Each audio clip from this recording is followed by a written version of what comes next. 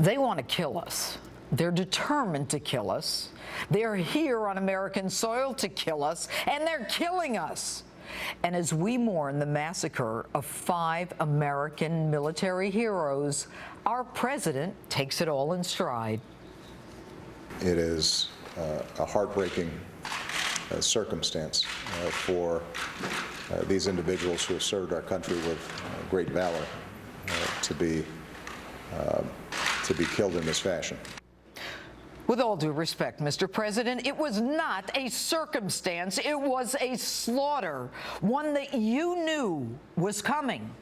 Now, our military has been threatened by ISIS and Islamic terrorists for more than a year. In March, an Islamic State kill list with the names of American military members was confirmed by the White House. Your administration urged their families to be vigilant.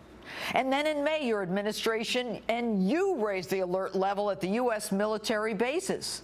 Yet these people were defenseless. They had no weapons. They were sitting ducks. But your administration talks a good game. We obviously take the safety and security of our military personnel very seriously. No, you don't. And you can't even call it what it is. It's Islamic terrorism. How is it Islamic terrorism over there, but when it happens to our soldiers on American soil here in America, we don't know what it is? Are you worried someone's feelings might get hurt?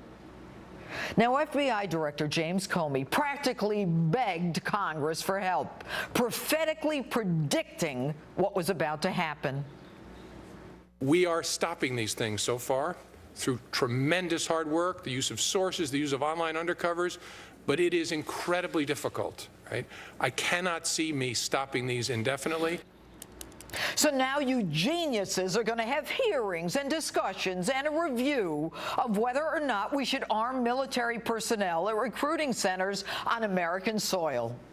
And General Odierno, the Army's top officer, says that arming soldiers may cause more problems, accidental discharges, that it's too early to say whether we should arm them. Too early, 5 men are dead. If our servicemen and women are experienced enough to carry a gun in a foreign land, they can damn well carry it here. And I get the fear that, they may have a shootout on a Friday night in the barracks, but if cops can take a gun home, why can't our active military? And by the way, Mr. President, real leaders, governors across this country are issuing executive orders to end these gun-free zones that prevent service members from carrying guns in the military recruiting offices. And in case you don't remember, Mr. President, our founding fathers recognized the right of the people to keep and bear arms. Are you going to tell me that if you fight for this country, you don't have that right, or that you lose that right? Are you going to tell me that there is not an inherent, natural, God-given right of self-defense? If we, the United States of America, cannot give our servicemen and women the protection they need, they deserve, and they've earned when they come home, then shame on us. Mr. President, this didn't need to happen. And I, for one, am sick and tired of the namby-pamby, make-believe, politically correct fantasy world that you live in. Here's a tip. We don't live in that world. We live in the real world. You have protection. Our servicemen and women targeted for death, they would have a chance if they had a gun.